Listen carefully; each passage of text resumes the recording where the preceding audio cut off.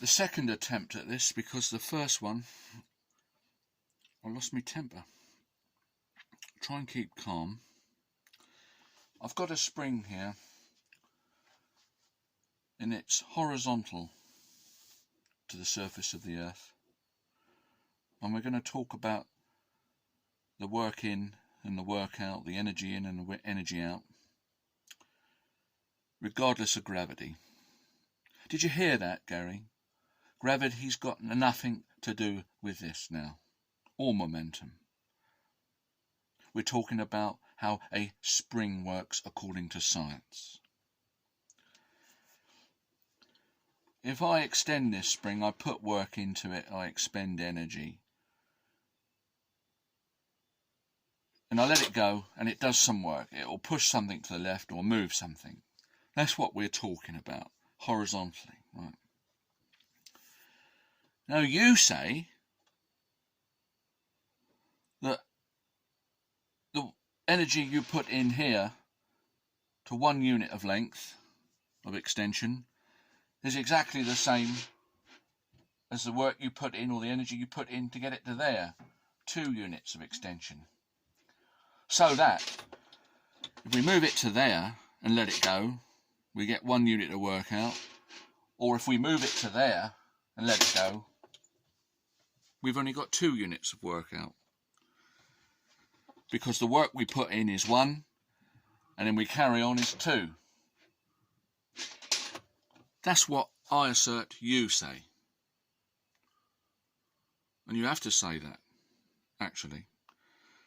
Because the truth is, logically, intuitively, instinctively, and every other bloody lee you can find, that the work I put in to get it to here must be increased to get it to here. I can feel the increase in force I'm using. But again, you say that is the same as that. And forget Hooke's law now, forget that gravity, forget that. I know what you're doing. I wish you was here or in a video link. Well, probably safer in a video link, because at least I couldn't throttle you. Stick to what I'm saying. Mechanically, the work I'm putting in to there, you say, is exactly the same energy to carry on to get it to there. And everybody out there, even your own supporters, can see that that's false. They haven't got to be doing this. They can just instinctively know that they're not the same energy. How can it be? How can that be the same as that when the force is increasing? Every little increment of distance, the force increases. So if I did that, it was 1 unit of energy, and if I did that was 2 units of energy, we would get 2 units of energy out. But it's not. I put 1 unit of energy in there, and then I put much more to get it to there. Obviously, you haven't got to have any proof. Intuitively, you know that, because the force is increased from there to there, much more than it was from there to there. So I've got to put in more effort, more energy to extend the distance to double the amount.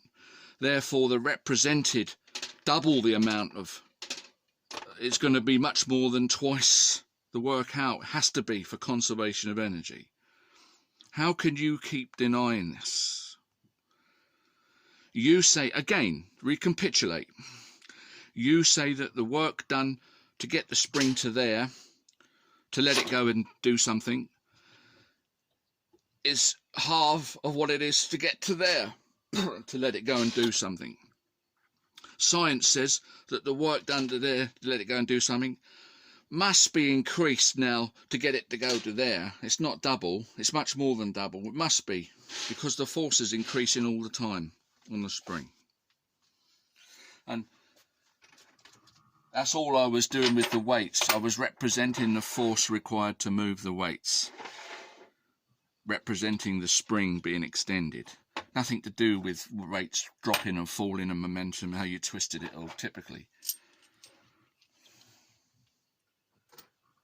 Again, you say the work done to get the spring to there is the same as now carrying on, get it to there.